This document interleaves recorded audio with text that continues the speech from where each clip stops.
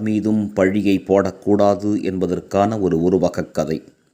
பக்கத்து ஒரு சந்தையில் விற்பதற்காக குதிரையின் முதுகில் அரிசி மூட்டைகளை ஏற்றி எடுத்து போய்க் கொண்டிருந்தான் ஒரு வியாபாரி. வழியில் களைப்பு ஏற்பட்டு ஓய்வெடுத்த பொழுது குதிரையும் மரநிழலில் நிற்க வைத்துத்தான் தூங்கினான்.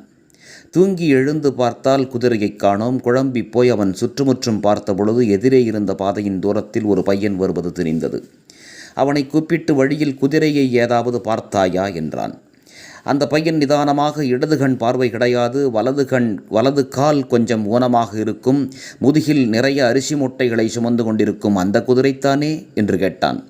வியாபாரி உற்சாகமாகி ஆம் என்றான். இல்லை, நான் அதை பார்க்கவில்லை, ஆனால் அது இந்த வழியாகத்தான் போயிருக்கிறது என்று மீண்டும் குழப்பினான். வியாபாரி சற்றே டென்ஷன் ஆகிவிட்டு பையனை பார்த்து, குதிரையை திருடியிருப்பான் போல என்று நினைத்து நீதிமன்றத்திற்கு அவனை இழுத்துச் சென்றான். நீ பார்க்காத குதிரையை பார்த்த மாதிரி வர்ணிக்கிறாயே, எப்படி என்றார் நீதிபதி. நடக்கும் பொழுது பாதைகளை ஆராய்வது என் வழக்கம். அப்படிப்பட்ட பாதையில் நான் பார்த்த குதிரையின் குழம்பு தடங்களில் இடது கால் அழுத்தமாய் பதிந்திருந்தது.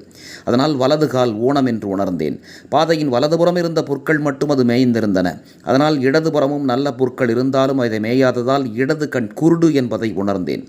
பாதையில் சிதறியிருந்த விதமான அரிசி மணிகளை வைத்து அது சுமந்து போன நிறைய அரிசி மூட்டைகள் என்பதை அறிந்து கொண்டேன் என்றான். வியாபாரியை துரத்திய நீதிபதி பையனை பாராட்டினார். ஆக அவசரத்தில் யார் மீதும் பழியை அள்ளித் தெளிக்கக்கூடாது.